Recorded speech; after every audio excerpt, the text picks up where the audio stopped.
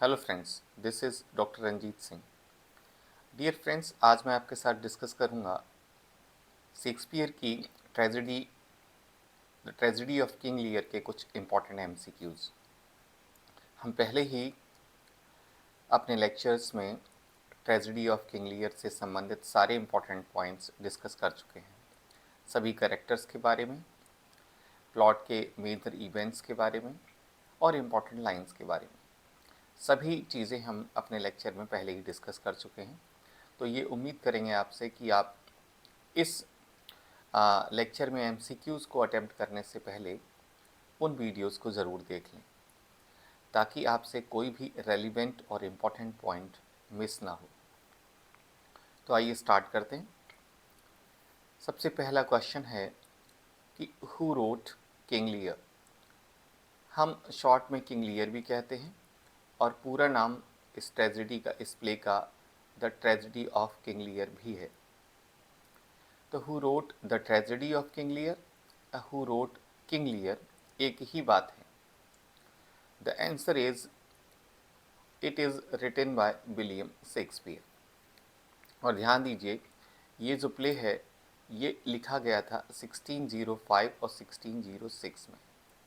और 1606 में एक और ट्रेजेडी लिखी गई थी विलियम शेक्सपियर के द्वारा जिसका नाम रहता है मैकबेथ।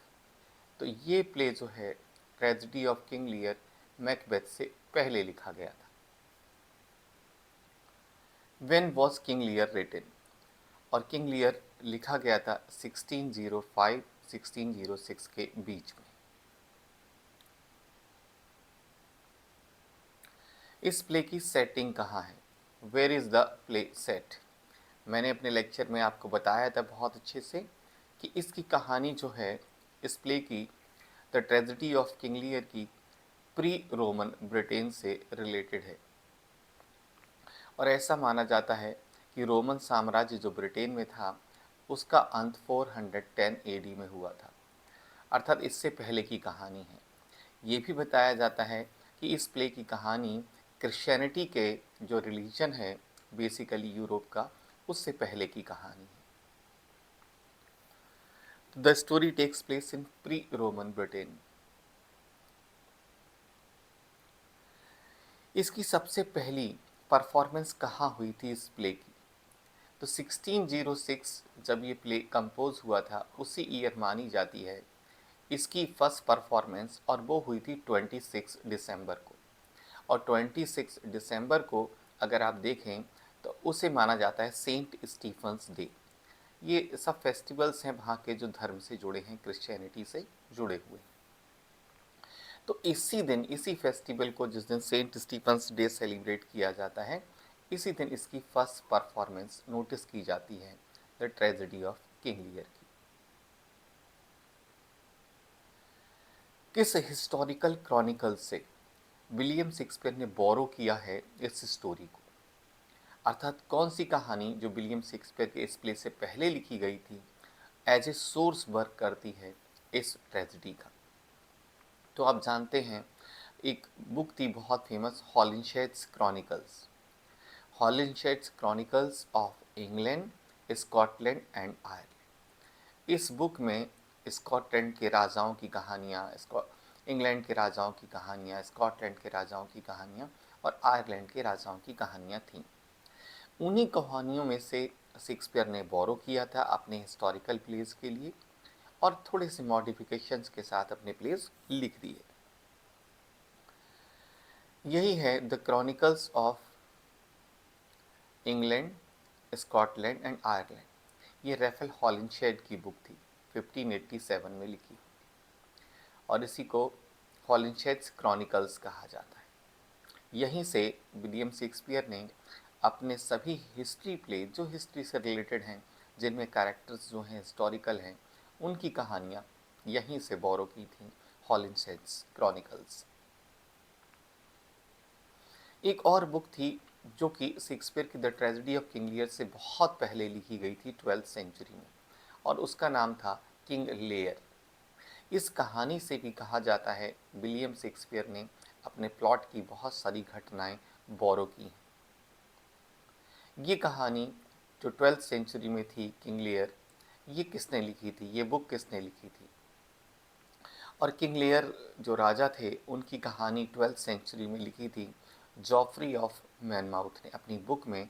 उस बुक का नाम था हिस्टोरिया रीगम ब्रिटेने। ये जॉफ्री ऑफ मॉनमाउथ के द्वारा लिखी गई बुक थी जिसमें किंग लियर के बारे में दिया हुआ था, और उस बुक का नाम था हिस्टोरिया रीगम ब्रिटेने। यहाँ से भी कहा जाता है विलियम शेक्सपियर ने अपने इस प्ले के प्लॉट की बहुत सारे इवेंट्स जो हैं बोरो किए। 1623 पब्लिकेशन, जैसे ही 1623 पब्लिकेशन का नाम आता है विलियम शेक्सपियर की लाइफ से जुड़ा हुआ, आपके ब्रेन में तुरंत आना चाहिए फर्स्ट फोलियो। जो फर्स्ट फोलियो है उसका पब्लिकेशन हुआ था 1623 में, और शेक्सपियर के फर्स्ट फोलियो पर मैं एक अलग लेक्चर बना चुका हूँ जो इसी चैनल पर अवेलेबल है। आपसे उम्मीद करूँगा कि आप जाकर ज़रूर देखें। तो 1623 पब्लिकेशन में कौन सा पब्लिकेशन था जिसमें किंग लियर भी पब्लिश हुआ था, तो वो था फर्स्ट फोलियो एडिशन ऑफ 1623। उसमें किंग लियर भी प्ले के रूप में इंक्लूडेड था। और फर्स्ट फोलियो में आप जानते हैं शेक्सपियर के 36 प्लेज इंक्लूड किए गए थे। ये भी एक बहुत फेमस क्वेश्चन है, बहुत सारे एकेडमिक और कॉम्पिटिटिव एग्ज़ाम्स में पूछा जा चुका है कि शेक्सपियर की जो ट्रेजेडी है किंग लियर, इसके लास्ट में सभी मेजर कैरेक्टर्स की डेथ हो जाती है। एक और राइटर थे जिन्होंने 17वीं सेंचुरी में जाकर 1681 में इसी प्ले को रिवाइज किया और इसको हैप्पी एंडिंग दी। हैप्पी एंडिंग का मतलब यही है कि शेक्सपियर ने जो प्ले लिखा उसमें कॉर्डेलिया जो सेंट्रल फीमेल कैरेक्टर रहती है उसकी डेथ हो जाती है, उसको हैंग कर दिया जाता है जेल के अंदर। किंग लियर जो हैं वो अपनी बेटी का सिर अपनी गोद में रखते हैं, बहुत रोते हैं और उनकी भी डेथ हो जाती है। तो जितने भी इम्पोर्टेंट कैरेक्टर्स हैं उनकी डेथ हो जाती है। लेकिन एक राइटर थे 17वीं सेंचुरी के, उनका नाम था नॉहम टेट। इन्होंने पब्लिक इंटरेस्ट को ध्यान में रखते हुए कि लोग चाहते हैं इसकी रिवाइज्ड एंडिंग हो जिसमें कॉर्डेलिया जीवित रहे, और प्ले के समाप्त होने पर लोग को थोड़ा सा रिलीफ दिया जाए, लोग को थोड़ा हैप्पी फील हो लास्ट में, एकदम एक्सट्रीम सॉरोफुल मूड के साथ लोग थिएटर छोड़कर ना जाएं। तो उन्होंने इस प्ले को रिवाइज किया और हैप्पी एंडिंग दी। लास्ट में कॉर्डेलिया को जीवित दिखाया, और उन राइटर का नाम था नॉहम टेट। और ये बहुत सारे एग्जाम्स में ये क्वेश्चन आ चुका है कि किंग लियर को की कहानी को किसने रिवाइज किया और उसे हैप्पी एंडिंग दी लास्ट में, तो नॉहम टेट इज द आंसर। किसने किंग लियर इस ट्रेजेडी को विलियम शेक्सपियर की कहा है the most perfect specimen of the dramatic art. मैंने अपने लेक्चर में आपको बताया था बहुत अच्छे से, ये पीवी शैली का स्टेटमेंट था इस ट्रेजेडी के बारे में। इस प्ले की मेजर थीम क्या है, और इस प्ले की मेजर थीम है ब्लाइंडनेस एंड मैडनेस। दोनों चीज़ें ध्यान दीजिएगा, ब्लाइंडनेस फिजिकल ब्लाइंडनेस भी ले लीजिए और मेंटल ब्लाइंडनेस भी ले लीजिए, क्योंकि मैंने आपको बहुत अच्छे से एक्सप्लेन किया है अपने लेक्चर में कि फिजिकल ब्लाइंडनेस का मतलब है ग्लाउसेस्टर, जो कि एक बहुत फेथफुल लॉर्ड रहते हैं किंग लियर के साथ में। उनकी आंखें निकाल ली जाती हैं, उन्हें अंधा कर दिया जाता है और उन्हें धोखा दिया जाता है अपने ही इलेस्टिमेट सन के द्वारा जिसका नाम रहता है एडमंड। वहीं दूसरी तरफ किंग लियर रहते हैं, जब उनकी बेटियां उन्हें धोखा दे देती हैं, बड़ी दोनों बेटियां, तो वो भी मैड कंडीशन में पहुंच जाते हैं। तो यही इसकी थीम है बेसिकली किंग लियर की, ब्लाइंडनेस एंड मैडनेस। ब्लाइंडनेस, अगर हम मेंटल ब्लाइंडनेस की बात करें तो किंग लियर मेंटली ब्लाइंड है। वो अपनी बेटियां जो झूठ बोल रही हैं, बड़ी दोनों बेटियां कि वो उन्हें बहुत प्यार करती हैं, उसको समझ ही नहीं पाते हैं। और छोटी बेटी जो सच बोलती है, अपनी बात को बहुत ऑनेस्टली कहती है कि मैं आपकी बेटी हूँ और मैं आपको उतना ही प्यार करती हूँ जितना कोई भी बेटी अपने फादर को करती है, तो वो इस बात से नाराज़ हो जाते हैं और उसे अपनी प्रॉपर्टी से डिसओन कर देते हैं। So the correct answer is C. This play strongly explores the themes of blindness. Literal का मतलब सिंपल से मैंने आपको बताया, ग्लाउसेस्टर की आंखें निकाल ली जाती हैं। और सिंबॉलिक किंग लियर के सेंस में जो मैंने आपको बताया कि वो मेंटली ब्लाइंड हैं, सच झूठ में अंतर पहचान ही नहीं पाते हैं। और madness. Who is King Lear? आप जानते हैं शेक्सपियर की ट्रेजेडीज जो है, मेजर ट्रेजेडी, सभी इपोनिमस हैं, अर्थात जो मेन कैरेक्टर है उसी के नाम पर उस ड्रामा का नाम है। तो किंग लियर कौन है? He is king of Britain. इसमें दिखाया गया है कि वह ब्रिटेन के राजा हैं। और दिखाया गया है कि he is an ageing king of Britain, बहुत बूढ़े हो गए हैं। अब उन्हें लगता है कि एक ऐसा समय आ गया है जब उन्हें रेस्ट करना चाहिए और अपनी जिम्मेदारियां अपनी संतानों को दे देनी चाहिए। इसीलिए वो अब तय करते हैं कि अपनी बेटियों को अपनी संपत्ति में बराबर अधिकार देंगे, लेकिन साथ ही ये भी तय करते हैं, एक छोटा सा लव टेस्ट ऑर्गेनाइज करते हैं और कहते हैं इस लव टेस्ट में जो बेटी मुझे सबसे ज़्यादा प्यार करती है ये बताएगी, मैं उसे अपने साम्राज्य का सबसे बड़ा हिस्सा दूंगा। किंग लियर की सबसे यंगेस्ट बेटी कौन सी रहती है? तो ध्यान दीजिए, किंग लियर की 3 बेटियां रहती हैं। सबसे बड़ी का नाम गोनेरिल रहता है, बीच वाली बेटी का नाम रीगन रहता है और सबसे छोटी बेटी का नाम कॉर्डेलिया रहती है। और ओफिलिया तो आप जानते ही हैं, ये हैमलेट में फीमेल कैरेक्टर है। Who are Lear's 2 elder daughters? King Lear की बड़ी 2 बेटियों के क्या नाम रहते हैं?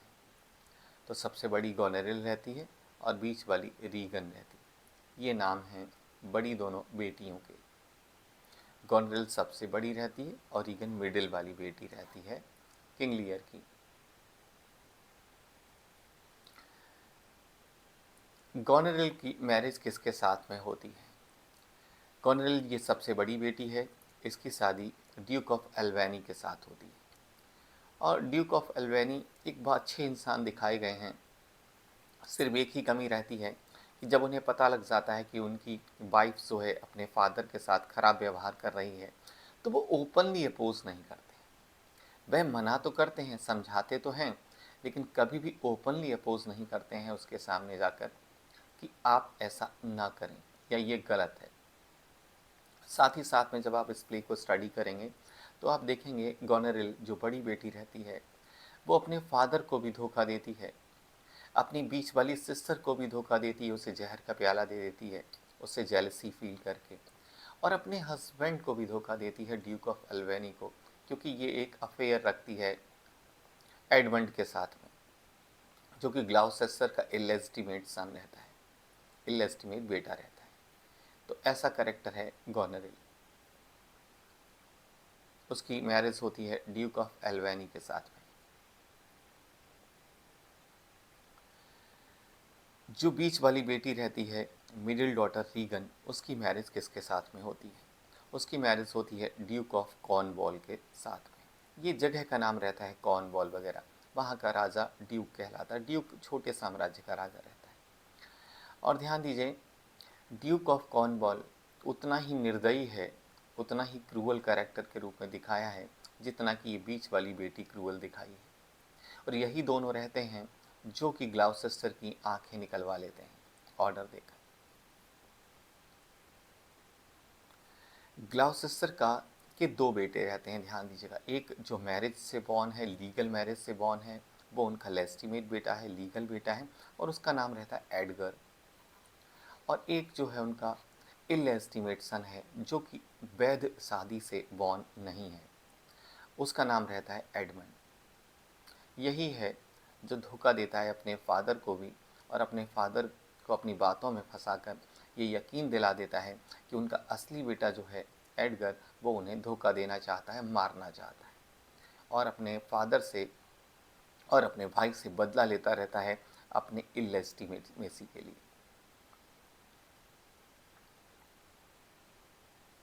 ग्लाउसेस्टर का लेस्टिमेट वैध बेटा जो कि लीगल मैरिज से बॉर्न है, उसका नाम क्या रहता है? उसका नाम रहता है एडगर। जो अवैध बेटा रहता है इलिस्टिमेट सन, जिसका नाम एडमंड रहता है, वह अपने फादर को अपनी बातों में फंसाकर, ग्लाउसेस्टर को अपनी बातों में फंसाकर एडगर को राज्य से निकलवा देता है। और एडगर जो है एक भिखारी का भेष बना लेता है और नाम रखता है अपना पुअर टॉम। तो इनका लेस्टिमेट बेटा जो है उसका नाम रहता है एडगर। इस ड्रामा में अपने आप को कायस के रूप में कौन डिस्गाइज करता है? और ध्यान दीजिएगा, शेक्सपियर की ट्रेजेडी और कॉमेडीज में ये एक मेजर टेक्निक थी जिसका नाम था डिस्गाइज। और इस प्ले में भी एक कैरेक्टर रहता है जिसे ध्यान दीजिएगा बहुत अच्छे से। जब किंग लियर अपनी सबसे छोटी बेटी कॉर्डिलिया को डिसओन कर देते हैं, तो वहाँ पर बैठे हुए बहुत सारे लोग ऐसे रहते हैं जो समझ जाते हैं कि कॉर्डिलिया ही सच बोल रही है, वही ऑनेस्टली अपनी बात कह रही है। बाकी बड़ी दो बेटियाँ जो हैं मेटाफर के रूप में और बहुत हाइपरबोलिक एक्सप्रेशंस में ये बता रही हैं कि वह अपने फादर को बहुत ज़्यादा प्यार करती है, लेकिन सच्चा प्यार जो है वो कॉर्डिलिया ही करती है। और जब किंग लियर नाराज़ होकर अपनी सबसे छोटी बेटी को संपत्ति से बेदखल कर देते हैं, तो जो अर्ल ऑफ कैंट रहते हैं वो रोकते हैं, ऐसे आपको नहीं करना चाहिए। तब वो अर्ल ऑफ कैंट को अपने राज्य से निकाल देते हैं, सजा दे देते हैं पनिशमेंट के रूप में। लेकिन चूंकि अर्ल ऑफ कैंट हैं वो बहुत लॉयल रहते हैं, बहुत वफादार रहते हैं, और वो चाहते हैं कि वो किंग लियर के आसपास ही रहें, उनकी देखभाल करें। तो वो अपने आप को डिस्गाइज कर लेते हैं, भेष बदल लेते हैं और कायस नाम रख लेते हैं और किंग लियर की सेवा में लग जाते हैं।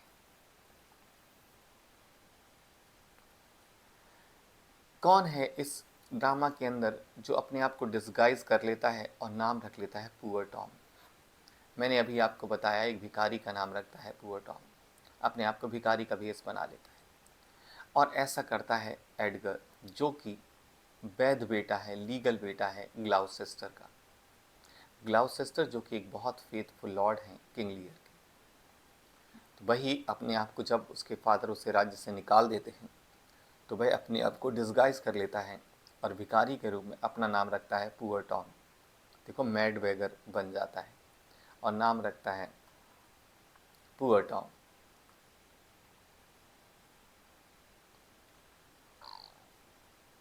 किंग लियर का वो साथी का क्या नाम है जो बहुत ही वाइज पर्सन रहता है, बुद्धिमान रहता है, और उसका नाम रहता है द फूल।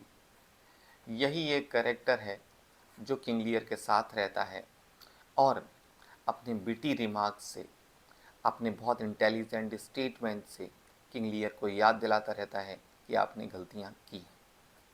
तो वो दो तरीके से वर्क करता है इस ड्रामा में। एक तरफ तो फन, लाफ्टर, ह्यूमर, ऐसी चीज़ें क्रिएट करता है अपने स्टेटमेंट से ही। वहीं दूसरी तरफ जो है वो क्रिटिसाइज़ भी करता रहता है किंग लियर के डिसीजंस को और सच याद दिलाता रहता है, सच क्या है। So the correct answer is the फूल।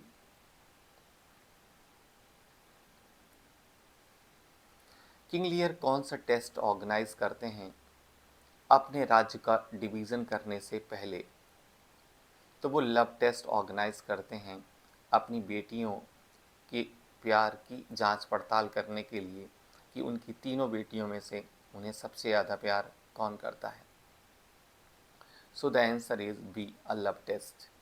और इस लव टेस्ट में किंग लियर अपनी बेटियों को बुलाते हैं सबके सामने पब्लिकली और कहते हैं, ये बताओ कि मुझे सबसे ज़्यादा प्यार कौन करता है, और जो मुझे सबसे ज़्यादा प्यार करता होगा उसे मैं अपनी संपत्ति का सबसे बड़ा हिस्सा दूंगा। किंग लियर अपनी छोटी बेटी कॉर्डिलिया को अपनी प्रॉपर्टी से बेदखल क्यों कर देते हैं? आप समझ गए होंगे, या तो आपने प्ले बहुत अच्छे से पढ़ा होगा या आपने मेरे लेक्चर्स सुने होंगे।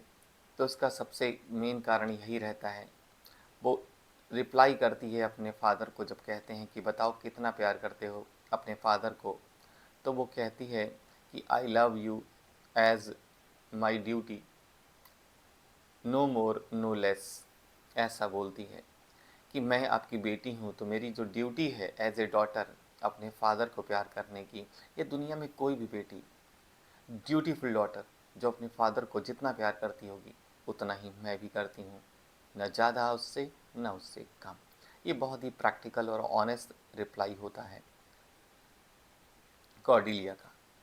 लेकिन जो किंग लियर हैं वो अपने झूठे घमंड में भरे होते हैं। उनका कहना यही होता है कि अगर आप पब्लिकली कन्फेस नहीं कर सकते हैं कि आप हमें बहुत ज़्यादा प्यार करते हैं, तो आपको हमारी प्रॉपर्टी पाने का कोई अधिकार नहीं है। इसीलिए उस झूठे घमंड में डिसीजन लेते हुए किंग लियर कॉर्डिलिया को अपनी संपत्ति से बेदखल कर देते हैं, क्योंकि वह बहुत सच बोलती है और फ्लैटरी करने से मना कर देती है, एग्जैगरेटेड तारीफ करने से अपने फादर की मना कर देती है। इसीलिए कॉर्डिलिया से मैरिज कौन करता है? कॉर्डिलिया से मैरिज करने के लिए दो लोग आते हैं।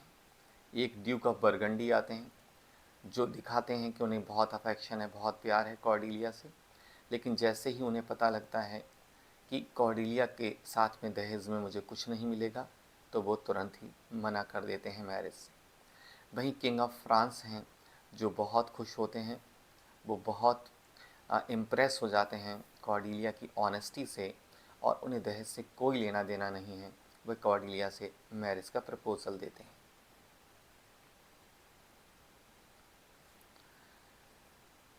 अर्ल ऑफ कैंट को क्यों निकाल दिया जाता है देश से?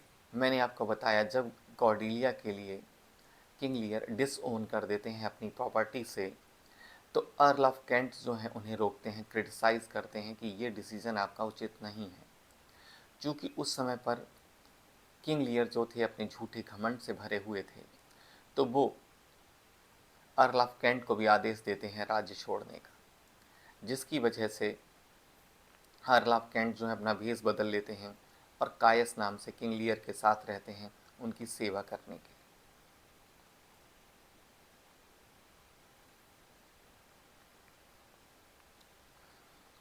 Why does Edmund betray Edgar? Edmund क्यों धोखा देता है अपने भाई एडगर के लिए? और ध्यान दीजिए, एडमंड और एडगर दोनों एक ही फादर की संतानें हैं, और फादर जो हैं उनका नाम रहता है ग्लाउसेस्टर। ग्लाउसेस्टर के दो बेटे रहते हैं, एक उनकी लीगल मैरिज से बॉर्न है जिसका नाम एडगर होता है, और एक इलीगल मैरिज से बॉर्न है जो सोसाइटी के द्वारा रिकॉग्नाइज नहीं है। उनसे जो बेटा बॉर्न होता है उसका नाम एडमंड रहता है, इसलिए एडमंड को इलेस्टिमेट सन कहा गया है। और इसी इलेस्टिमेटी से नाराज़ होकर, गुस्सा होकर कि वो इलेस्टिमेट चाइल्ड नहीं है, वो जेलिसी रखता है एडगर के साथ और अपने फादर से भी नाराज़ रहता है और दोनों से बदला लेता है पूरे प्ले में। तो उसका रीज़न है जेलिसी ऑफ लेस्टिमेसी। उसे जेलिसी रहती है कि ये एडगर लेस्टिमेट बेटा है, सब इसे संतान मानते हैं ग्लॉसेस्टर की।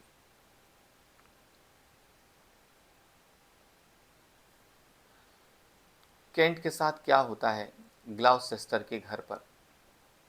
तो ध्यान दीजिएगा बहुत अच्छे से, इसमें एक लंबी सी कहानी है कि रीगन जो बीच वाली डॉटर रहती है उसकी मैरिज हो जाती है ड्यूक ऑफ कॉर्नवॉल से, और ग्लॉसेस्टर के घर पर होता क्या है, वही जो अर्ल रहते हैं ऑफ कैंट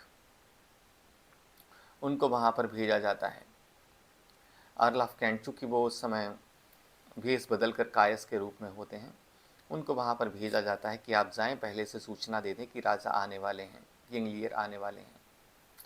और जब वो वहाँ पर जाते हैं अर्ल ऑफ कैंट, तो रीगन के घर पे उनका एक सर्वेंट रहता है जो कि बहुत ही इंसल्टिंग तरीके से पेश आता है और बोलता है।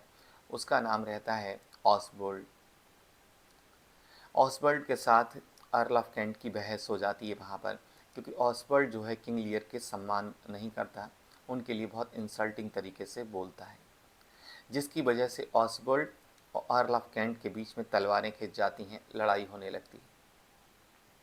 उसी समय पर जो बीच वाली बेटी रहती है रीगन और उसके हस्बैंड ड्यूक ऑफ कॉर्नवॉल, ये वहाँ पर आ जाते हैं और दोनों जब उस माहौल को देखते हैं तो वो अर्ल ऑफ कैंट और राजा के आने की खबर जो है उसको ध्यान नहीं देते हैं, बल्कि अपने नौकर जो रहता है पर्सनल सर्वेंट ऑसबर्ड, उसी का पक्ष लेते हैं और अर्ल ऑफ कैंट को तुरंत ही बुलाकर सजा देते हैं वहाँ पर और उसे स्टॉक्स में कैद करा देते हैं। ये स्टॉक्स होता था पहले, पनिशमेंट देने का ये तरीका होता था। ये वुडन ब्लॉक होता था इतना बड़ा, यहाँ बीच में इसका सर घुसा दिया, इसके दो पार्ट होते थे, यहाँ से ऐसे करके अलग अलग होता था ऐसे। पहले ये नीचे का हिस्सा रखा जाता था, उसमें फंसाया जाता था गर्दन को बाहर, हाथों को, और फिर ये ऊपर से ब्लॉक कर दिया जाता था। ये पनिशमेंट के रूप में होता था। ये हैवी भी होता था बहुत बहुत, और इसमें से निकलने का कोई तरीका भी नहीं होता था। ये पब्लिकली पनिश करने का एक तरीका होता था, अपमान करने का तरीका होता था। तो यही सज़ा देते हैं वो अर्ल ऑफ कैंट को। अब क्वेश्चन पर वापस आते हैं। तो कैंट के साथ क्या होता है, ग्लाउसेस्टर के हाउस पर उन्हें कैद कर लिया जाता है स्टॉक्स में। This is the answer.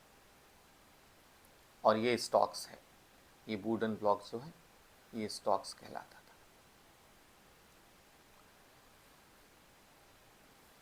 Why does लियर go out into the storm. ध्यान दीजिए, किंग लियर को तूफान में बाहर क्यों रहना पड़ता है। किंग लियर जब अपने साम्राज्य को अपनी बड़ी दो बेटियों के बीच में बराबर बराबर बांट देते हैं तो उन्हें ऐसा लगता है कि अब वे अपना जीवन आराम से गुजारेंगे और ऑल्टरनेटली दोनों बेटियों के घर रहेंगे।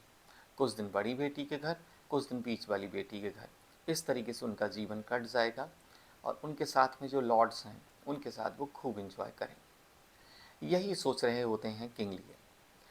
यही सोचकर वो अपनी बड़ी बेटी के घर जाते हैं, गोनेरिल के यहाँ। अब गोनेरिल जो है वो अलग तरीके की अपनी मस्तियों में व्यस्त है। तो वो जब देखती है अपने फादर को अपने लॉर्ड्स के साथ एंजॉय करते हुए, शोर शराबा करते हुए, तो उसे गुस्सा आता है। वह अपने फादर से कहती, भाई तुम्हारे साथ ये जो 100 लॉर्ड्स हैं इनकी संख्या कम करो, ये बहुत उपद्रवी हैं, बहुत शोर करते हैं, इनसे बहुत डिस्टर्बेंस होता है और आपको 100 की ज़रूरत भी नहीं, इसे कम करिए। इस बात से जो किंग लियर है वो थोड़ा सा हार्ट फील करते हैं और उन्हें ऐसा लगता है कि मैं अपनी दूसरी बेटी के घर जाता हूँ, वो मेरे साथ बहुत अच्छे से पेश आई। अब वो अपनी बीच वाली बेटी रीगन के घर जाते हैं। जब रीगन को बताते हैं कि देखो तुम्हारी बड़ी सिस्टर ने मेरे साथ ऐसा ऐसा व्यवहार किया, तो वो कहती है कि फादर सही तो कह रही है मेरी बड़ी बहन, आपको इतने सारे लॉर्ड्स की क्या ज़रूरत है, और इनफैक्ट मैं अगर आपसे सच कहूँ तो आपको लॉर्ड्स की ज़रूरत ही क्या है, आप तो बिना लॉर्ड्स के ही काम चलाइए, आप सारे लॉर्ड्स को हटा दीजिए, ऐसा कहती है वो। अब किंग लियर को बहुत ज़्यादा हार्ट फील होता है, बहुत तकलीफ़ होती है। वो गए तो इसलिए थे कि बीच वाली बेटी से सिंपैथी की उम्मीद करके गए थे, लेकिन उस बीच वाली बेटी ने अपनी बड़ी बहन को ही सपोर्ट करना शुरू कर दिया और साथ साथ में बड़ी बेटी ने तो कहा था कि आप लॉर्ड्स की संख्या कम कर दीजिए। छोटी बेटी ने कहा, बीच वाली बेटी ने कहा, सभी अपने लॉर्ड्स को निकाल दीजिए अपनी कंपनी से, आपको किसी की ज़रूरत ही नहीं है। ऐसा सुनने के बाद किंग लियर जो हैं उन्हें लगता है कि उन्हें धोखा दे दिया गया है। अब वो ये असहाय महसूस करते हैं और हार्ट फील करते हैं, लेकिन उन्हें अपनी कंडीशन एक्सेप्ट करनी है। अब उनके पास कोई चारा नहीं है। अब उनके मन में बहुत गुस्सा है और अंदर से टूटा हुआ महसूस करते हैं। वो दोनों का घर छोड़कर बाहर चले जाते हैं और वो रात बहुत तूफ़ानी रहती है। भयंकर तूफ़ान आता है उस रात को बाहर। इसीलिए किंग लियर मजबूर हो जाते हैं उस तूफ़ानी रात में बाहर रहने के लिए। यस, क्योंकि उनकी बड़ी दोनों बेटियों ने उन्हें अपने अपने घरों से निकाल दिया होता है। बैनिश मीन्स होता है बाहर निकाल देना, वनवास दे देना एक तरीके से। ग्लाउसेस्टर को कौन ब्लाइंड कर देता है, अंधा कौन कर देता है। मैंने आपको बताया कि जब किंग लियर को दोनों बेटियां अपने घरों से निकाल देती हैं, किंग लियर तूफ़ान में रात गुजारनी पड़ती है, तो उनका जो वफादार लॉर्ड रहता है ग्लाउसेस्टर, वह खबर कर देता है छोटी बेटी कॉर्डेलिया के लिए, और कॉर्डेलिया जो है वो किंग ऑफ फ्रांस की वाइफ होती है।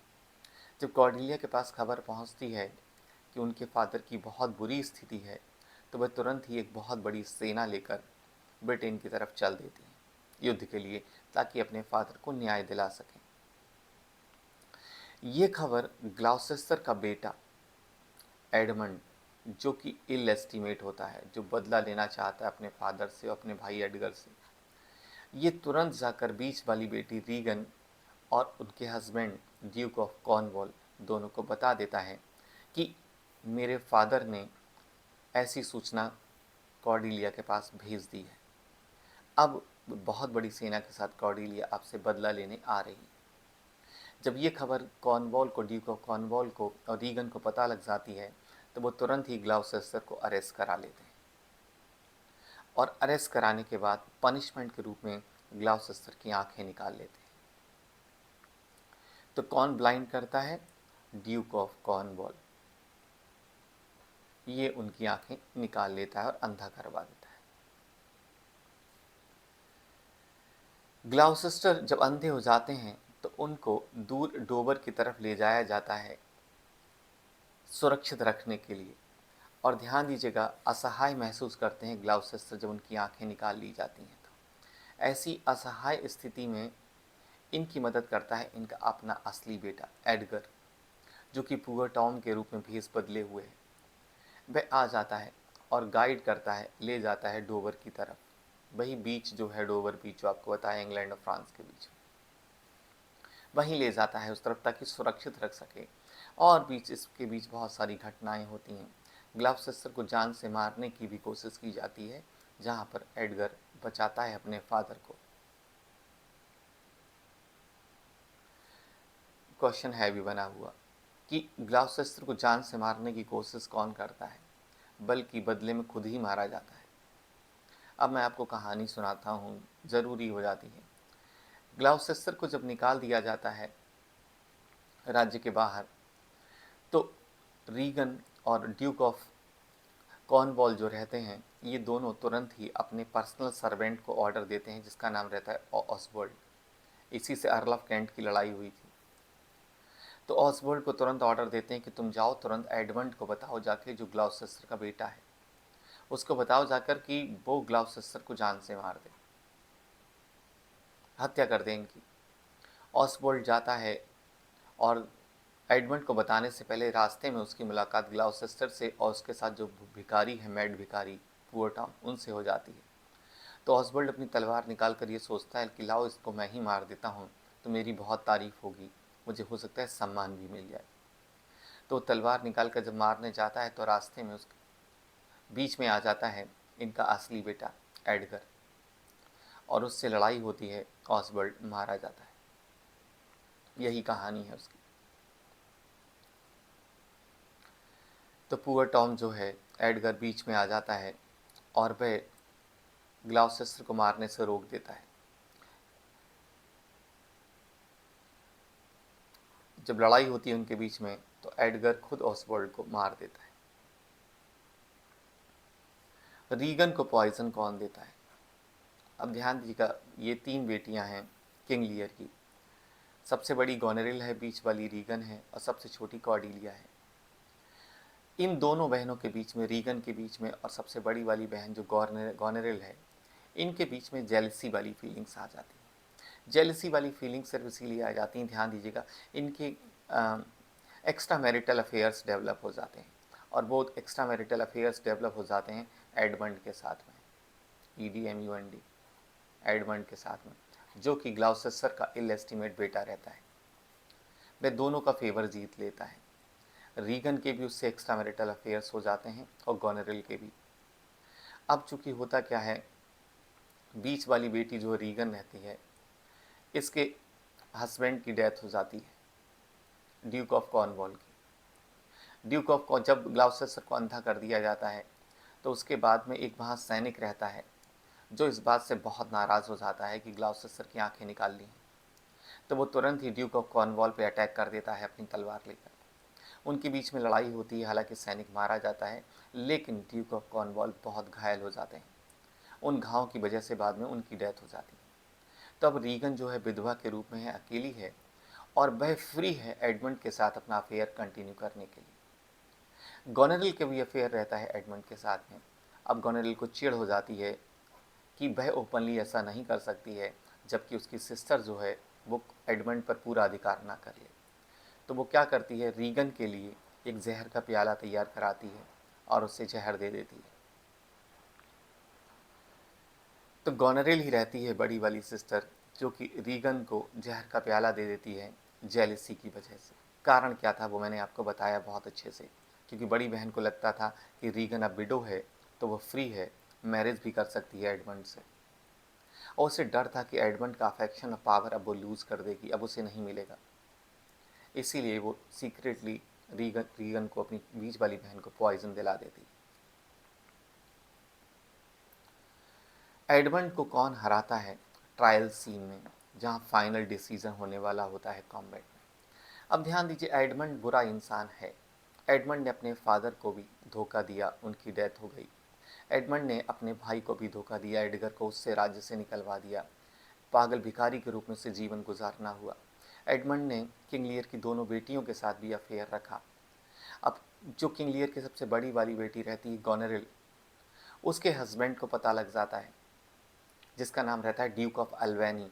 बड़ा अच्छा इंसान रहता है वो ओवरऑल, हालांकि अपनी बीवी को बुरे कर्मों करने से नहीं रोक पाता है। तो ड्यूक ऑफ अल्वेनी को पता लग जाता है कि मेरी वाइफ के इलीगल एक्स्ट्रा मैरिटल अफेयर्स थे इस एडमंड के साथ में। वो लेटर्स वगैरह भी निकाल लेता है बहुत सारे, जो कि गोनेरिल के द्वारा लिखे हुए हैं एडमंड के लिए। अब जब भेद खुल जाता है तो एडमंड को सजा दी जाती है। उसी पनिशमेंट में एक व्यक्ति, एक नाइट योद्धा के रूप में आता है, और वो एडमंड से कहता है मैं इससे लड़ूंगा, क्योंकि ये एक तरीके का डिसीजन होता था कि आपको लड़ना है और जीतना है या हारना है, जो भी होगा यही पनिशमेंट है आपका। तो वो व्यक्ति और कोई नहीं रहता, एडगर ही रहता है, जो कि असली बेटा रहता है ग्लाउसेस्टर का। उसे बदला भी लेना है अपने इस भाई से। तो वही आता है और एडमंड को ललकारता है लड़ाई के लिए। उनके बीच में युद्ध होता है, तलवारबाजी होती है और एडमंड मारा जाता है। वह बाद में एडगर अपना फेस दिखाता है ओपनली और बताता है कि वह एडगर है, ग्लॉसेस्टर का बेटा है। तो एडगर जो है वही आता है, चैलेंज करता है और एडमंड को हरा देता है। एडमंड मारा जाता है इस लड़ाई में। रीगन के साथ क्या होता है इस ड्रामा में, ध्यान दीजिएगा। रीगन बीच वाली बेटी रहती है और आपने अभी पढ़ा ही कि उसको जहर का प्याला दे दिया जाता है और उसे जहर दे दिया जाता है अपनी बड़ी बहन गोनेरिल के द्वारा।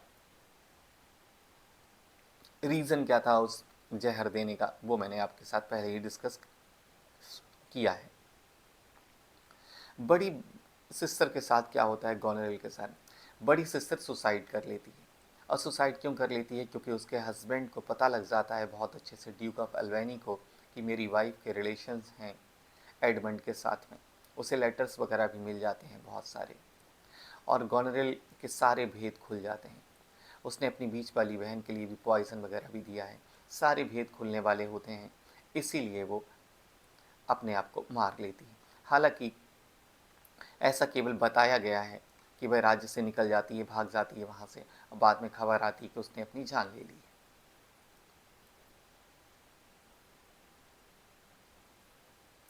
छोटी बहन कॉर्डिलिया, छोटी बेटी किंग लियर की कॉर्डिलिया, उसके साथ क्या होता है।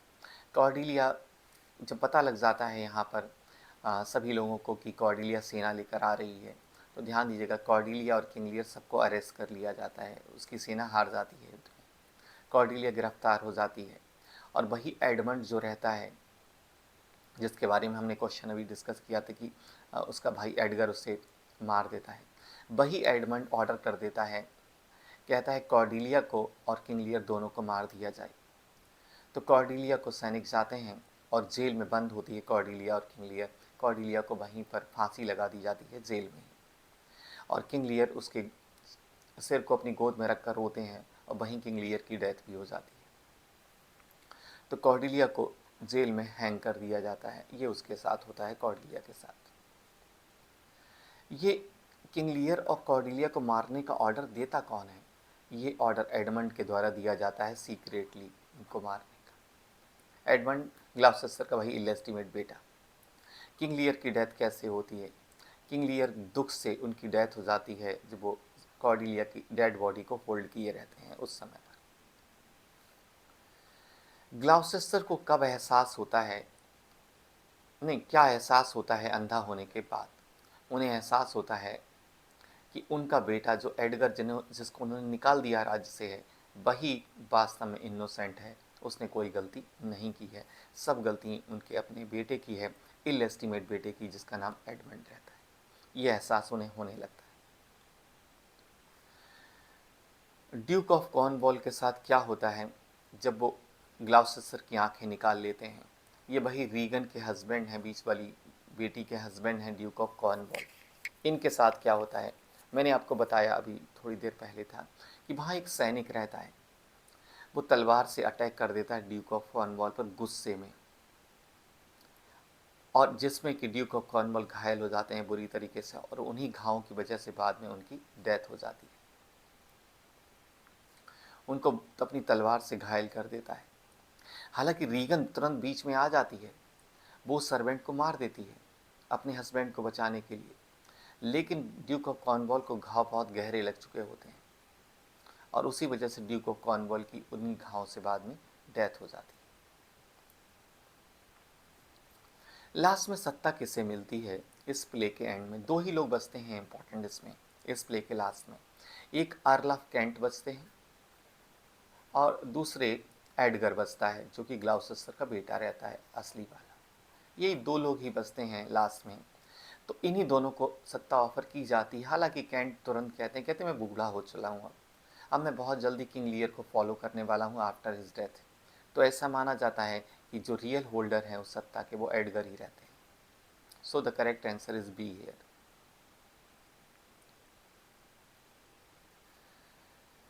ये लाइंस किसने बोली हैं? आई ध्यान दीजिएगा, ये जो आने वाले MCQs हैं, इनको सॉल्व करने से पहले आप मेरा वीडियो लेक्चर जो है इंपॉर्टेंट लाइंस और important quotations from the tragedy of King लियर, उसको ज़रूर देख लीजिएगा, क्योंकि इन सारी लाइंस का एक्सप्लेनेशन वहाँ बहुत अच्छे से किया हुआ है। उन एक्सप्लेनेशन को अगर आप पढ़ लेंगे, देख लेंगे, तो मुझे पूरी उम्मीद है कि आपको एक्ट और सीन भी याद हो जाएगा, आपको वो कैरेक्टर भी याद हो जाएगा जिसने वो लाइंस बोली हैं, और आपको वो कॉन्टेक्स्ट, वो सिचुएशन भी याद रहेगी जिनमें ये लाइंस बोली गई हैं। तो I love your majesty according to my bond, ये कॉर्डिलिया कहती है कि मेरा जो बॉन्ड, ड्यूटी है मेरी एज ए डॉटर, मेरा जो रिलेशन है आपसे एज ए डॉटर, उसके हिसाब से मैं आपको प्यार करती हूँ, नो मोर नो लेस। तो ये लाइंस कॉर्डिलिया के द्वारा बोली गई। कौन कहता है nothing will come of nothing? King Lear गुस्सा हो जाते हैं अपने झूठे घमंड से, अपनी छोटी बेटी की बात सुनकर। कहते हैं अगर तुम मुझे पब्लिकली डिक्लेयर नहीं कर सकती हो कि कितना प्यार करती हो, तो फिर तुम्हें मिलेगा भी कुछ भी नहीं। ये किंग लियर का स्टेटमेंट रहता है। कौन कहता है कि love is not love when it is mix with regards that stand aloof from the entire point? वहाँ पर ड्यूक ऑफ बरगंडी जो रहते हैं वो तुरंत मना कर देते हैं कॉर्डिलिया से शादी करने के लिए, जब उन्हें पता लगता है अब उसे दहेज में कुछ नहीं मिलने वाला है। वहीं किंग ऑफ फ्रांस आगे बढ़कर आते हैं और कहते हैं कॉर्डिलिया वास्तव में बहुत ऑनेस्ट है, क्योंकि मुझे दहेज की ज़रूरत ही नहीं है। वो प्यार होता ही नहीं है जो इस लालच से किया जाए कि उसके साथ धन भी मिले। प्यार तो अपने आप में कंप्लीट है, एक अलग मुद्दा है, इसका धन से और डाउरी से कोई रिलेशन है ही नहीं, ऐसा किंग ऑफ फ्रांस कहते हैं। और how sharper than a serpent's tooth is to have a thankless child. जब उनकी बेटियां उन्हें निकाल देती हैं, इंसल्ट करती हैं, बड़ी बेटी इंसल्ट कर देती है, कहती है कितने सारे लॉर्ड्स रखे हैं पापा, इनकी क्या ज़रूरत है, कम करो इनकी संख्या, ये बहुत उपद्रव काटते हैं मेरे महल में। तब किंग लियर को एहसास होता है कि एक सांप जब काटता है तो तुरंत पेन होता है, इमीडिएट, लेकिन जब औलाद एहसान फरामोश निकल जाए तो कहीं ज़्यादा तकलीफ़ देती है। तो ये किंग लियर का स्टेटमेंट है।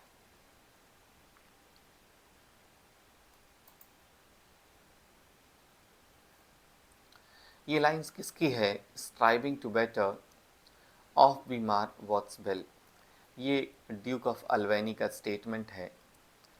और वो कहते हैं कि अब किसी चीज़ को बहुत ज़्यादा इम्प्रूव करने की कोशिश करते हैं तो हो सकता है वो चीज़ें अपने आप में ख़राब हो जाएं धीरे धीरे करके, ऐसा करते हैं, ऐसा कहते हैं वो। ये कौन कहता है कि हैव मोर देन दो शोएस्ट? ये जो फूल रहता है किंग लियर के साथ, वो बड़े वाइज स्टेटमेंट्स बोलता है कभी कभी। कहता है किंग लियर से, कहता है श्रीमान जी आपने बड़े गलत डिसीजंस लिए हैं लाइफ में। अपनी संपत्ति दो बेटियों में बांट दी, तीसरी को राज्य से निकाल दिया या अपनी प्रॉपर्टी से बेदखल कर दिया। तो जीवन में हमेशा ध्यान रखना चाहिए, जितना आपके पास हो उससे ज़्यादा दिखावा नहीं करना चाहिए, और जितना ज्ञान आपके पास हो उससे ज़्यादा ज्ञान का दिखावा नहीं करना चाहिए, बोलना नहीं चाहिए। और जितना आपके पास हो, जितने के आप मालिक हों, उससे ज़्यादा दूसरों को उधार नहीं देना चाहिए।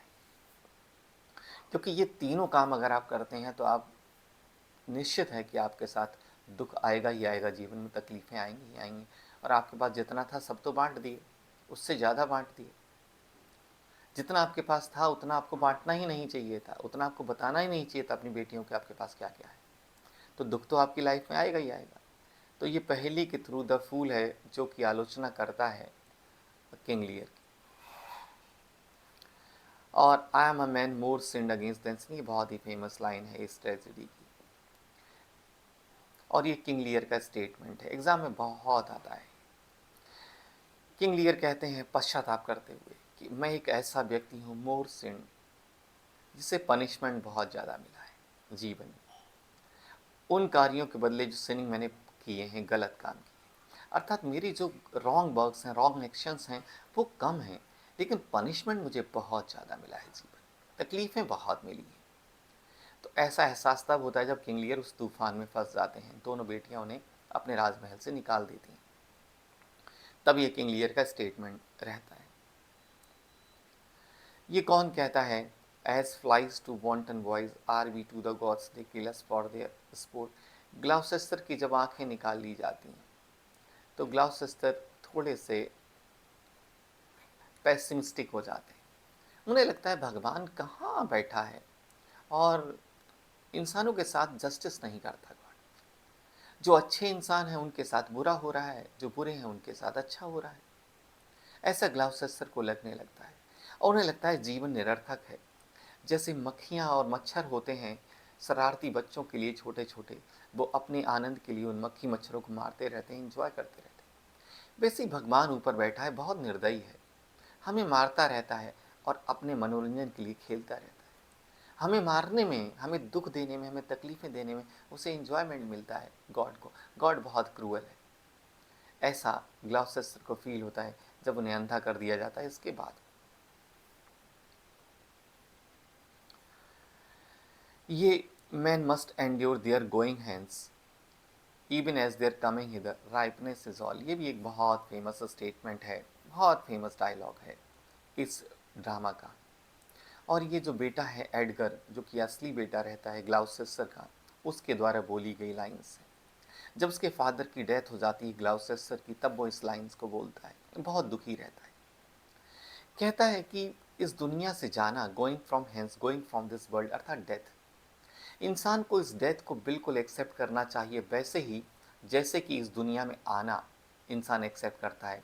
अर्थात डेथ और बर्थ दोनों पर इंसान का कोई कंट्रोल नहीं है, दोनों नेचुरल है। जैसे किसी के जन्म लेने पर कोई अधिकार नहीं है किसी व्यक्ति का, नेचुरल है, होगा ही होगा। तो जो व्यक्ति आया है उसका जाना भी तय है, वो भी उतना ही नेचुरल है। इसलिए इस सब को इंसान को सहना चाहिए काम हार्ट के साथ में, क्योंकि मैच्योरिटी ही सबसे बड़ा जीवन में नॉलेज, इंटेलिजेंस है, सबसे बड़ा, सबसे बड़ी क्वालिटी है। और यही जीवन का एकमात्र मकसद है। राइपनेस मीन्स होता है स्पिरिचुअल मैच्योरिटी। हम परिपक्व बने, हम समझदार बने, हमें पता हो जीवन में कैसे बिहेव करना है, बस यही सब कुछ है। क्योंकि ये हमारे हाथ में नहीं है, लेकिन हम बिहेव कैसे करेंगे इन परिस्थितियों में, ये हमारे हाथ में है। इसीलिए मैच्योरिटी इज़ एवरीथिंग। ये लास्ट एमसीक्यू है और ये भी एक लाइन है, इम्पॉर्टेंट कोटेशन है इसमें दी हुई ट्रेजेडी में, ट्रेजेडी ऑफ किंग लियर में। और लाइंस हैं, the weight of this sad time we must obey, speak what we feel not what we ought to say. ये एडगर उसी बेटे की लाइंस हैं लास्ट में, और इन लाइंस को बिल्कुल लास्ट में बोलता है और बताता है कि ऑनेस्टी और इमोशनल ट्रुथ बहुत ज़रूरी है। इस समय ज़रूरी है, ये जो दुखी समय हमारे पास आया है, इसमें जो भी परिस्थितियां हैं उन्हें हमें एक्सेप्ट करना चाहिए। और हमें क्या कहना है इस बात पर ध्यान नहीं देना चाहिए। हमारे मन में क्या फीलिंग्स हो रही, बस उन्हीं को बोलने का ये समय है, क्योंकि सबकी डेथ हो चुकी होती है उस समय पर। अब जो चीज़ें पहले हो चुकी हैं उनको क्रिटिसाइज़ करना, उनकी आलोचना करना, उन लोगों को भला बुरा कहना, किसने बुरा किया ये सब बताना, इसका कोई मतलब नहीं है कहता है। अब तो बस जो फीलिंग्स हैं उनको बताने का समय है और जीवन को एक्सेप्ट करने का समय है। जो हो गया है उसे हो जाने दें। तो ये एडगर का बहुत ही लास्ट में एक वाइज स्टेटमेंट रहता है। वो जीवन की ऑनेस्टी, जीवन की इंटीग्रिटी और जो इमोशनल ट्रूथ्स हैं उनको एक्सेप्ट कर लेता है उन दुखद घटनाओं के बाद में, लास्ट में इस ड्रामा के। सो डियर फ्रेंड्स, मुझे उम्मीद है कि जो मैंने एमसीक्यूज़ आपके साथ यहाँ डिस्कस किए हैं वो सभी इम्पॉर्टेंट हैं, आपकी समझ में आए होंगे। जो एक्सप्लेनेशन मैंने साथ साथ में दिया है शॉर्ट वाला, वो भी आपकी समझ में आया होगा। लेकिन बेहतर होगा कि आप उन दोनों लेक्चर्स को ज़रूर देख लें जिनमें हमने the tragedy of King Lear की इम्पोर्टेंट लाइंस डिस्कस की हैं और हमने इससे जुड़े हुए इम्पोर्टेंट पॉइंट्स डिस्कस किए हैं। इंट्रोडक्शन से जुड़े हुई सभी बातें, करेक्टर से जुड़ी हुई सभी बातें। सो डियर फ्रेंड्स, उम्मीद है आपकी समझ में आया होगा। Thank you very much.